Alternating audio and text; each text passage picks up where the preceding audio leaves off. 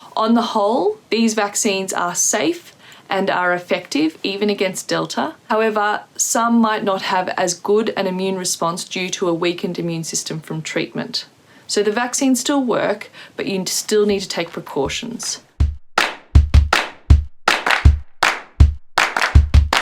Hi, it's Dr. Emily Isham here again for Rare Cancers Australia. So today I'm going to talk to you about the Delta variant, about which no doubt you've heard a lot because the media is talking about it a lot, and it is concerning. So the Delta strain of COVID-19 is actually more contagious than MERS, than SARS, than Ebola, than the common cold, than seasonal influenza, and more contagious than smallpox.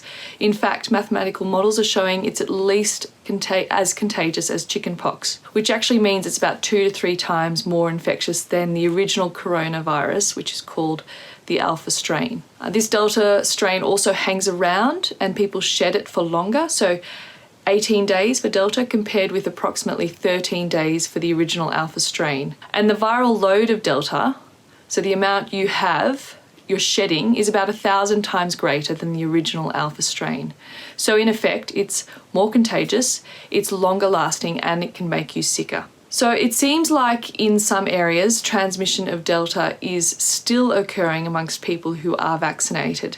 However, it is important to note that the overwhelming majority of serious COVID illnesses are amongst those who are unvaccinated entirely, and some have had one of the 2 vaccines. And whilst there are reports of COVID surges in populations around the world that are over 70% vaccinated or 60% vaccinated, the rate of hospitalizations and deaths in those populations have been minimal to none. And statistics show that 99.5% of COVID deaths and 97% of hospital admissions from COVID are unvaccinated. Sadly, in some areas of the US right now, this is turning into essentially a pandemic of the unvaccinated. So these COVID vaccines are still protective against Delta, and science and data are still evolving continuously. What we do know for certain is that when any COVID cases are hospitalized or ventilated, that takes 1 hospital bed, potentially 1 ventilator, and a whole lot of healthcare staff time away from others who are seriously ill, even from non-COVID related illness.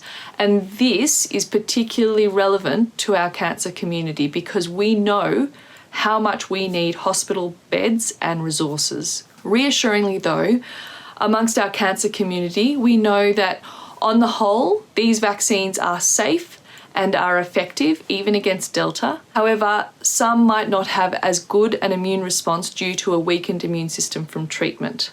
So the vaccines still work, but you still need to take precautions. And please take these vaccines seriously. Don't be the one to increase your own risk of serious COVID. Don't be the one to take a hospital bed away from someone else. Don't be the one to pass it on to a loved one who's immunosuppressed or more vulnerable or on cancer treatment.